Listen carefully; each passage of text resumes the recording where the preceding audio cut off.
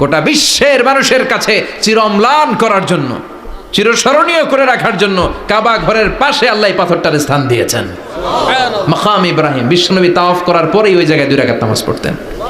আপনারাও যারা হজ উমরা করবেন, তাওয়াফ করার পরেই মাকাম ইব্রাহিমে 2 রাকাত সালাত পড়া সুন্নাত।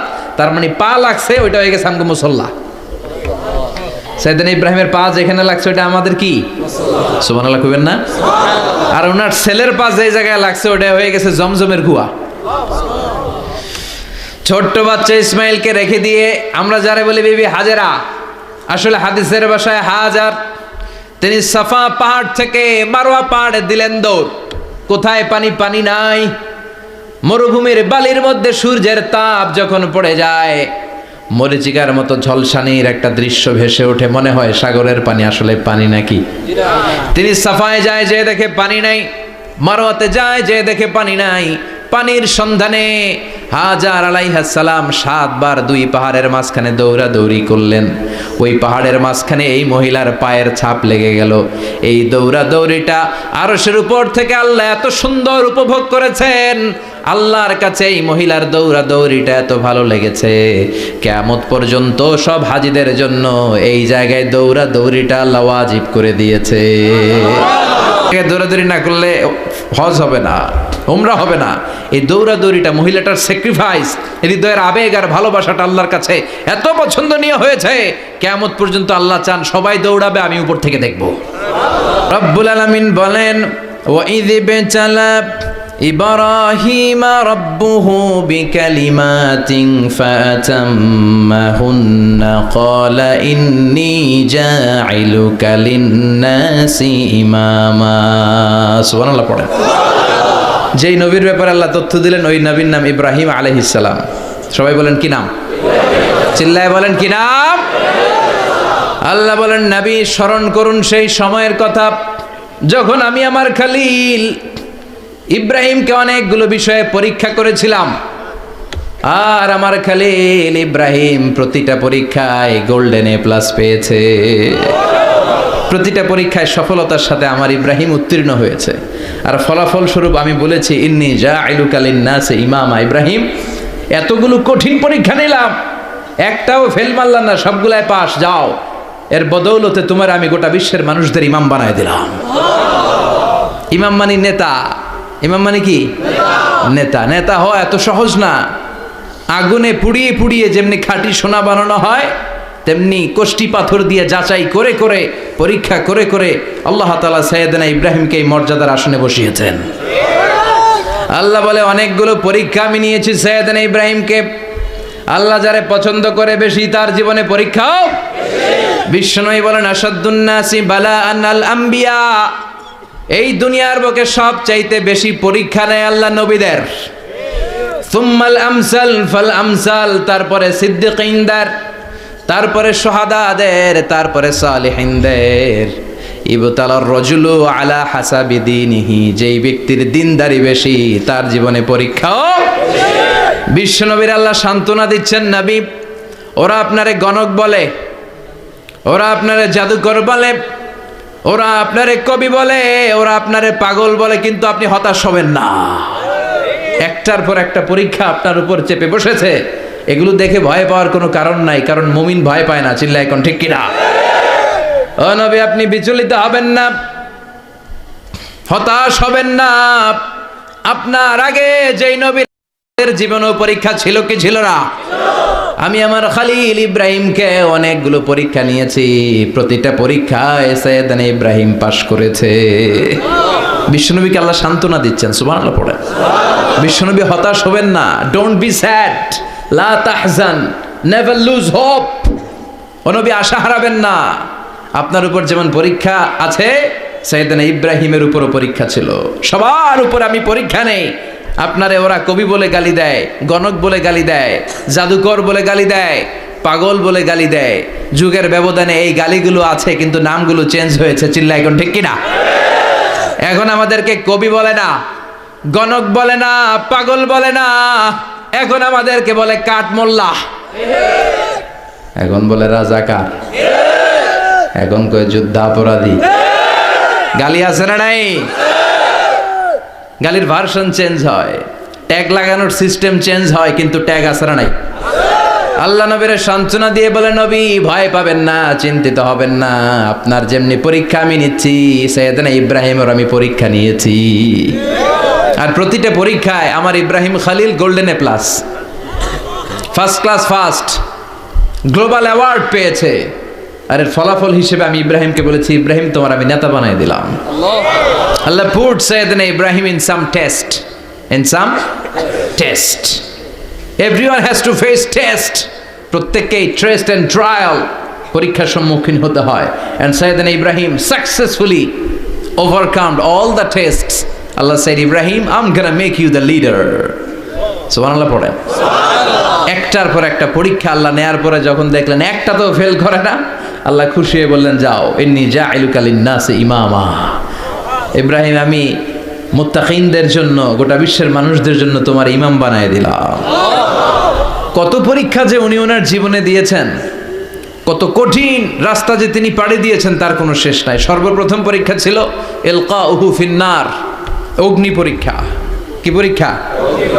নমরুদ বলল, ইব্রাহিম ঈমান ছেড়ে দাও, তাহলে জানে বেঁচে যাবা, নাইলে আগুনে ফেলবো। সাইয়েদনা ইব্রাহিমের এক কথা, জীবন যাবে কিন্তু ঈমান যাবে না। ঈমানের পথে অবিচল থেকে আমার মরণ যেন হয়, তোমারই কাছে মিনতি আমার, তোমারই কাছে মিনতি আমার। মহামহিম দয়াময়, ঈমানের পথে অবিচল থেকে আমার মরণ যেন হয়। পড়ে না আমি আরো জোরে পড়ে না আমিন। নমরুদ বলে, ঈমান ছেড়ে দাও, তা না হলে আগুনে ফেলবো। সাইয়েদনা ইব্রাহিম বলে, জীবন যাবে কিন্তু ঈমান যাবে না।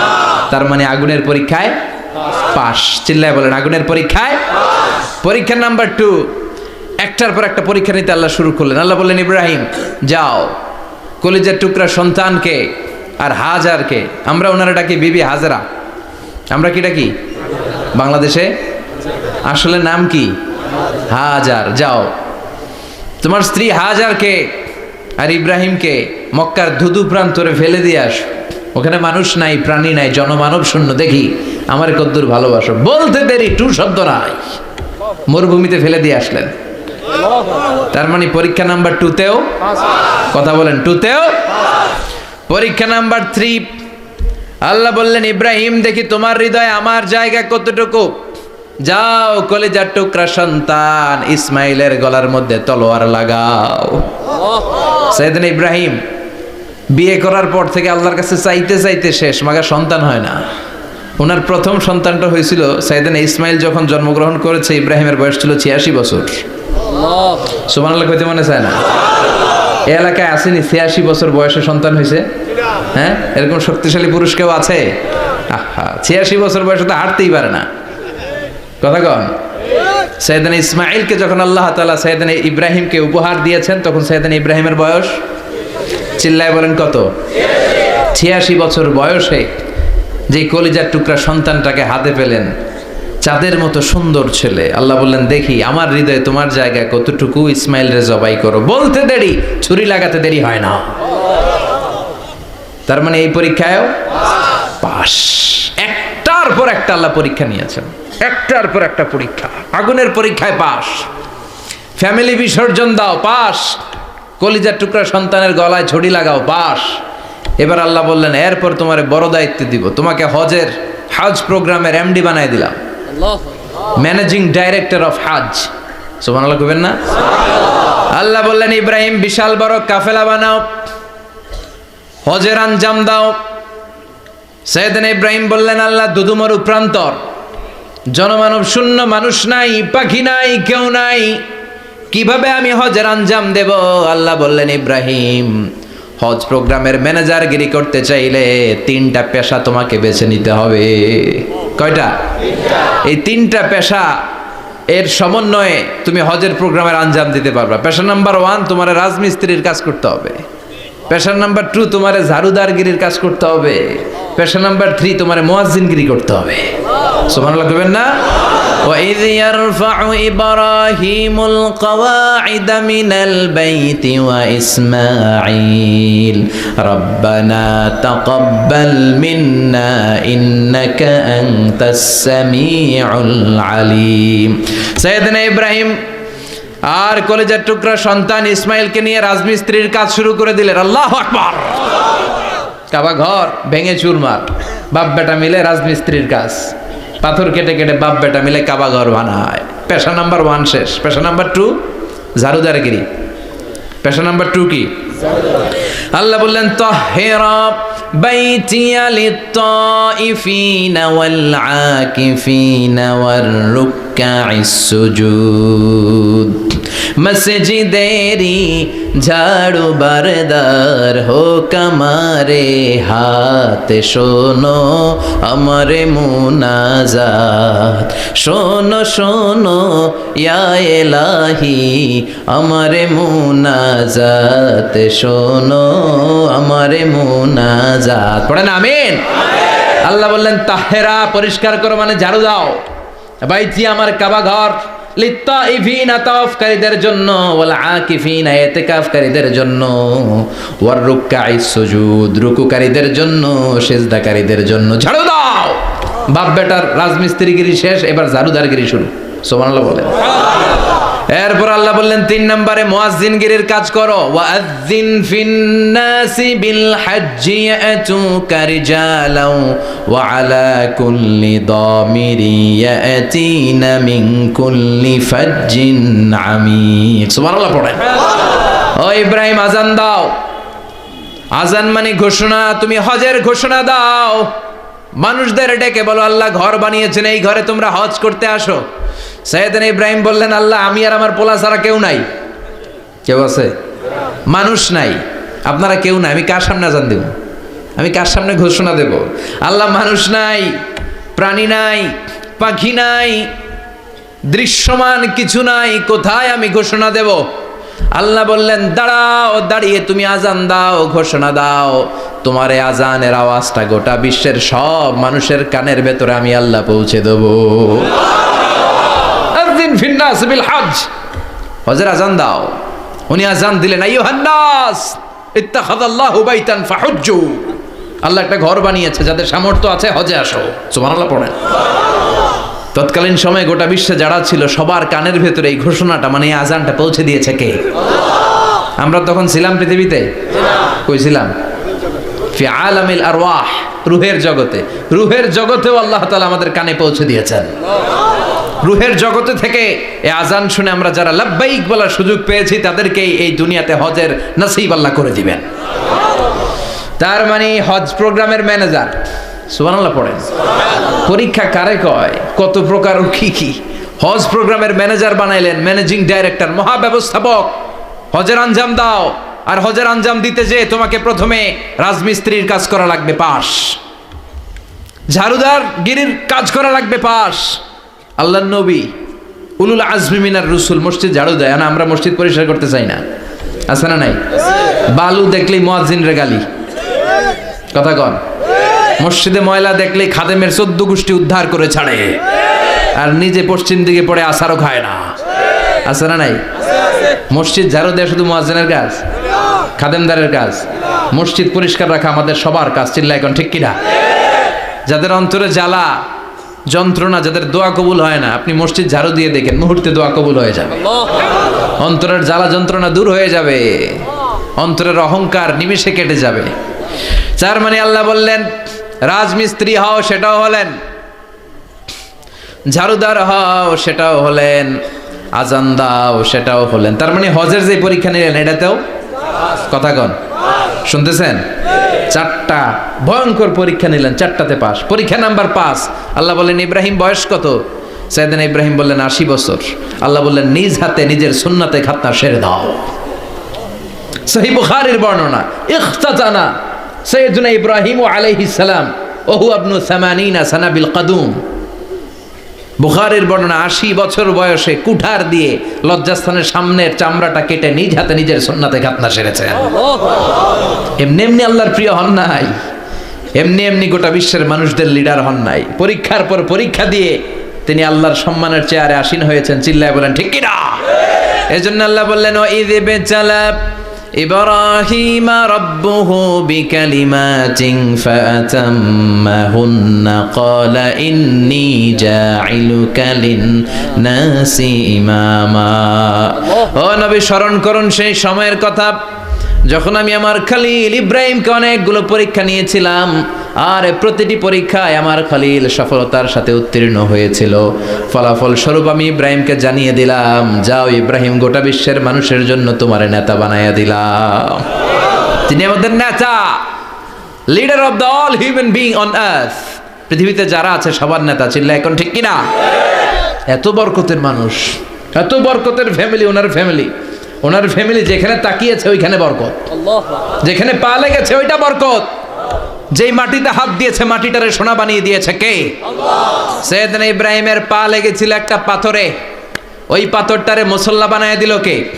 ওয়াত্তাখিযু মিন মাকামি ইব্রাহিমা মুসাল্লা।